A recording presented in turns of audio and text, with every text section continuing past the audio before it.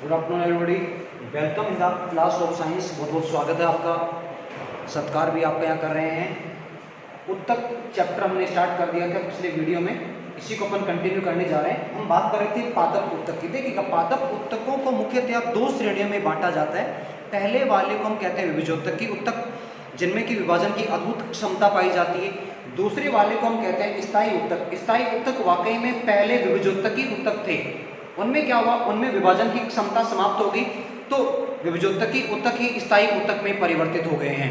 तो आप बात करने वाले हैं दूसरे वाले उत्तक, जिनको हमने कहा स्थायी उत्तक। स्थायी उत्तक के भी दो प्रकार हमने देखे थे। स्थायी उत्तक का पहला प्रकार हमने कल डिस्कस कर लिया था, जिसको अपन कहते हैं सरल उत्तक। दूसरे वाले उत्तक आते हैं जटिल उत्तक। तो स्थायी उत्तक को ही हम आगे बढ़ा रहे हैं। स्थायी उत्तक का अगला जो भाग आता है, देखिएगा ध्यान से, स्थायी उत्तक में आता है जटिल उत्तक। जटिल उत्तक वे उत्तक होते हैं जिनमें कोशिकाओं की संख्या एक से ज्यादा होती है, लेकिन सभी मिलकर एक इकाई की तरह बिहेव करती हैं। वे उत्तक जिनमें एक से अधिक प्रकार की कोशिकाएं पाई जाती है, लेकिन सभी कोशिकाएं मिलकर एक इकाई की तरह बिहेव करती हैं, उनको जटिल उत्तक कहा जाता है। ओके, चलिए आगे बढ़ते हैं, प्रकार की बात करते हैं। जटिल उत्तक मुख्यतः दो प्रकार के होते हैं, और इन दो प्रकारों को हम नाम देते हैं। पहला है जाइलम और दूसरे वाले को कहा जाता है फ्लोएम। जाइलम और फ्लोएम। इसके पहले कि हम इन दोनों टॉपिक्स को आगे बढ़ाएं, पहले बात कर लेते हैं कि कौन से पादपों में जटिल उत्तक सबसे पहले देखे। कुछ ब्रीफ में डिस्क्रिप्शन आपको देना चाहूंगा। आई थिंक यू नो, आप लोग सभी जानते होंगे, प्लांट्स को 5 मेजर ग्रुप्स में डिवाइड किया गया है। सुनिएगा ध्यान से। फर्स्ट कैटेगरी ऑफ प्लांट्स, पहली जो श्रेणी आती है उसको कहा जाता है थैलोफाइटा। दूसरी श्रेणी को कहा जाता है ब्रायोफाइटा। तीसरी श्रेणी आती है टेरिडोफाइटा। फोर्थ पे आते हैं जिम्नोस्पर्म, और सबसे लास्ट में अंतिम क्रम में आते हैं 5वें नंबर पे, जिनको कहा जाता है एंजियोस्पर्म। फिर से सुनिएगा, thallophyta, then bryophyta, then pteridophyta, then gymnosperm, then angiosperm. ये 5 प्रमुख श्रेणियां हैं पादपों की, जिन श्रेणियों में पादपों को उनके लक्षणों के आधार पर वर्गीकृत किया गया है।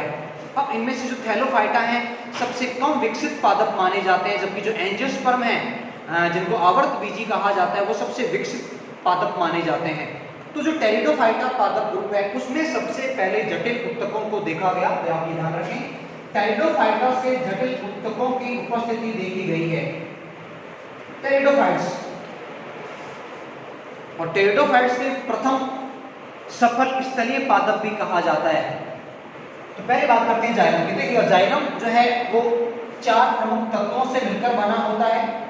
देखिए कौन कौन से तत्व है। पहला तत्व इसका आता है वाहिका। दूसरे वाले तत्व को कहा जाता है वाहिनिका।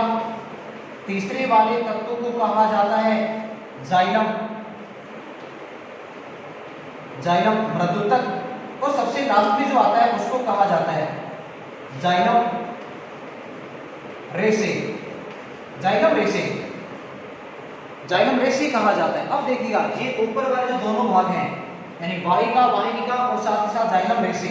जाइलम रेसे, वाहिका और वाहिनिका, इन तीनों भागों को मृत माना जाता है। क्यों मृत माना जाता है? क्योंकि इन पर जमाव हो जाता है लिग्निन का, और जब किसी पादप कोशिका पर लिग्निन का जमाव हो जाता है तो उस केस में उस पादप कोशिका को मृत कोशिका माना जाता है। तो ऐसा ही वाहिका, वाहिनिका और जाइलम रेशों के साथ भी होता है, जहां लिग्निन के जमाव के कारण ये मृत हो जाते हैं, लेकिन कार्य इनके द्वारा अति महत्वपूर्ण किया जाता है। एक्चुअली होता क्या है, जो वाहिका और वाहिनिकाएं हैं, एक पाइपलाइन की तरह काम करती है, और पाइपलाइन की तरह काम करते हुए जल के संवहन में सहायता करती है। मान लीजिए हमने डायग्राम बनाया है, ये एक ट्री है, पेड़ जिसको अपन कहते हैं। तो यहाँ इसकी जड़ें, जैसा कि आप देख पा रहे हैं, और जड़ों पर आप सभी जानते हैं मूल भी कहते हैं जड़ को। मूल पर मूल रोम पाए जाते हैं।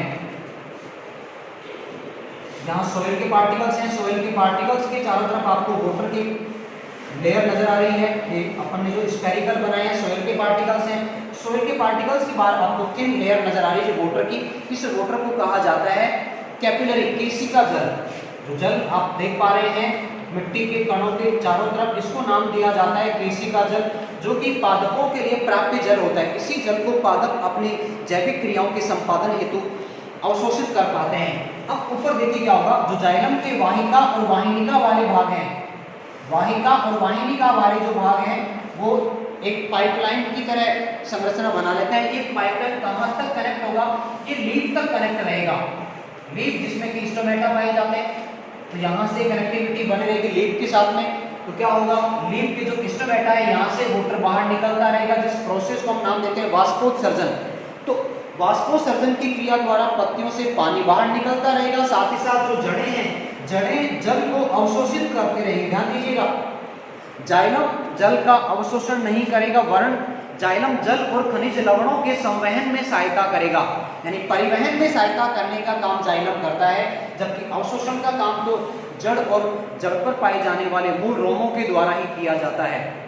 तो वाहिका और वाहिनिका मुख्य रूप से जल के संवहन में भूमिका निभाते हैं। अदर जो दो भाग जो बचे हुए हैं, जाइलम मृदुतक और जाइलम रेसे, ये वाहिका और वाहिनिका को सुरक्षा प्रदान करने के साथ साथ मृदुतक में खाद्य पदार्थों का संचय करने का कार्य किया जाता है। तो वापस सुनिएगा, जाइलम जल और खनिज लवणों के संवहन का कार्य करता है। कहाँ से कहाँ को होगा? जड़ें जल और खनिज लवणों को अवशोषित करेंगी, तो जाइलम के द्वारा जल और खनिज लवणों को जड़ से पादप के अन्य भागों तक ले जाया जाता है। अगला जो भाग आता है फ्लोएम। फ्लोएम के द्वारा फूड, याद रखने का तरीका देखिए, जाइलम से जल याद रखें आप, जाइलम जल का संवहन करेगा, फ्लोएम फूड का करेगा। फ्लोएम के द्वारा खाद्य पदार्थों के संवहन का कार्य किया जाए, जबकि खाद्य पदार्थ का निर्माण आप लोग सभी जानते हैं, पत्तियों द्वारा खाद्य पदार्थों का निर्माण किया जाता है। केवल वो पत्तियां जिनमें क्लोरोफिल पाया जाता है। जिस तरह जाइलम में 4 भाग हैं, उसी तरह से फ्लोएम में भी 4 भाग पाए जाते हैं। अब फ्लोएम की विशिष्ट संरचना भी हम बना सकते हैं। देखिए, फ्लोएम की विशिष्ट संरचना,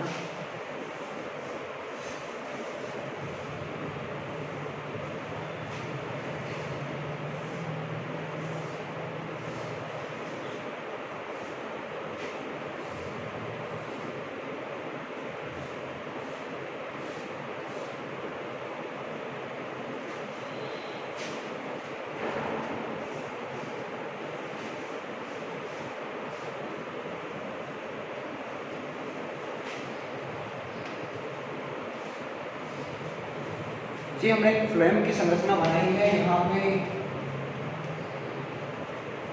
ये जो आपको नजर आ रही है, जहाँ न्यूक्लियस आपको दिख रहा है, ये है सहायक कोशिका, सह कोशिका जिसको कहते हैं, इसको सह कोशिका कहा जाता है।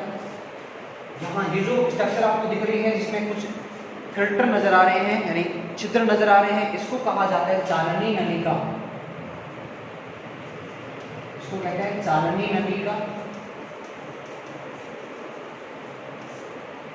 बाहर की तरफ आपको दिख पा रहे हैं, ये आपका है जाइलम मृदुतक। जाइलम मृदुतक के साथ में ही लगा होता है जाइलम, सॉरी फ्लोएम है आपका, तो फ्लोएम मृदुतक और फ्लोएम मृदुतक के साथ में ही लगा रहता है फ्लोएम फाइबर या फ्लोएम रेसे, जिसको कि अपन दृढ़ोत्तक भी कहते हैं। सह कोशिका में केंद्रक पाया जाता है, जो कि फ्लोएम के कार्यों का नियंत्रण करता है। चालनी नलिकाओं में केंद्रक का अभाव होता है। चालनी नलिकाओं से क्या होगा, जो खाद्य पदार्थ है वो छनकर अगली वाली चालनी नलिका में प्रवेश करेगा। ये लगातार आगे की तरफ बढ़ता रहता है। कहाँ से कहाँ को जाएगा? पत्तियों द्वारा बनाया गया जो खाद्य पदार्थ है वो फ्लोएम की सहायता से पादप के अन्य भागों तक पहुंचाया जाता है। इनमें चालनी नलिका खाद्य पदार्थों के संवहन में महत्वपूर्ण भूमिका निभाती है। सह कोशिका वहां नियंत्रण का कार्य करती है, क्योंकि चालनी नलिका में खुद का केंद्रक अनुपस्थित होता है। तो एक अपवाद माना जाता है चालनी नलिका को केंद्रक का, कि चालनी नलिकाओं में भी केंद्रक का अभाव है। ठीक उसी तरह से जैसे आरबीसी और प्लेटलेट्स में केंद्रक का पूरी तरह से अभाव पाया जाता है। तो ये संरचना थी फ्लोएम की। एक बार फिर से सुनिएगा, फ्लोएम जो कि खाद्य पदार्थों के संवहन में महत्वपूर्ण भूमिका निभाता है। फ्लोएम में 4 प्रकार की संरचनाएं पाई जाती हैं। पहली को हम कहते हैं चालनी नलिका, दूसरी होती है सह कोशिका, तीसरी को अपन नाम देते हैं फ्लोएम मर्दोत्तक, और 4th नंबर पे आती है आपकी फ्लोएम रेसिंग या फ्लोएम दृढ़ोत्तक, जिसको कहा जाता है, जो कि यांत्रिक उत्तक की तरह कार्य करता है। कल की वीडियो में बात हमने करी थी, जो स्थूल कोणोत्तक है और जो दृढ़ोत्तक है वो यांत्रिक उत्तक की तरह कार्य करते हुए पादप के अन्य भागों को यांत्रिक सहायता प्रदान करने के साथ साथ दृढ़ता प्रदान करने का कार्य करते हैं। तो ये आपके थे जटिल उत्तक, एक जाइलम जो जल और खनिज लवणों का परिवहन करेगा या संवहन करेगा, जबकि फ्लोएम खाद्य पदार्थों के संवहन में महती भूमिका निभाता है।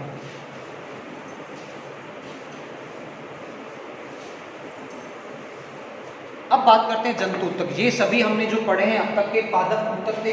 अब बात करते हैं जंतु उत्तकों की। देखिएगा जंतु ऊतक, जंतु ऊतकों में अनेक प्रकार के ऊतक आते हैं। सबसे पहले हम बात करने जा रहे हैं संयोजी ऊतक की। एक एक करके सभी ऊतकों की हम यहाँ पे विस्तृत चर्चा करेंगे। सबसे पहले हम बात करते हैं संयोजी ऊतक, कनेक्टिव टिश्यू। कनेक्टिव टिश्यू जो कि अन्य ऊतकों को जोड़ने में सहायता करेगा। और संयोजी ऊतक में सबसे पहले हम बात करेंगे रक्त की। रक्त जिसको कि ब्लड कहा जाता है, देखिएगा रक्त को तरल संयोजी ऊतक माना जाता है। रक्त एक तरल संयोजी ऊतक है। क्यों कहा गया तरल ऊतक? क्योंकि इसमें जल की मात्रा पाई जाती है।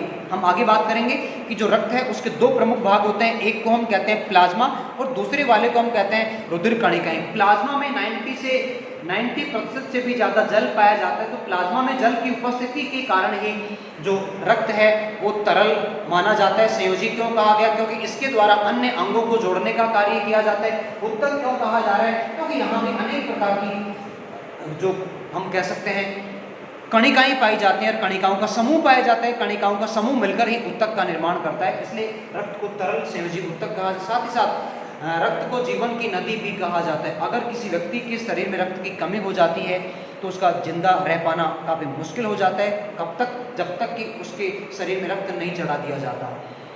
तो इसके बाद हम जो डिटेल बची हुई है वो अपन कल डिस्कस करेंगे। आज के लिए इतना ही। बहुत बहुत धन्यवाद आप सभी को जुड़ने के लिए।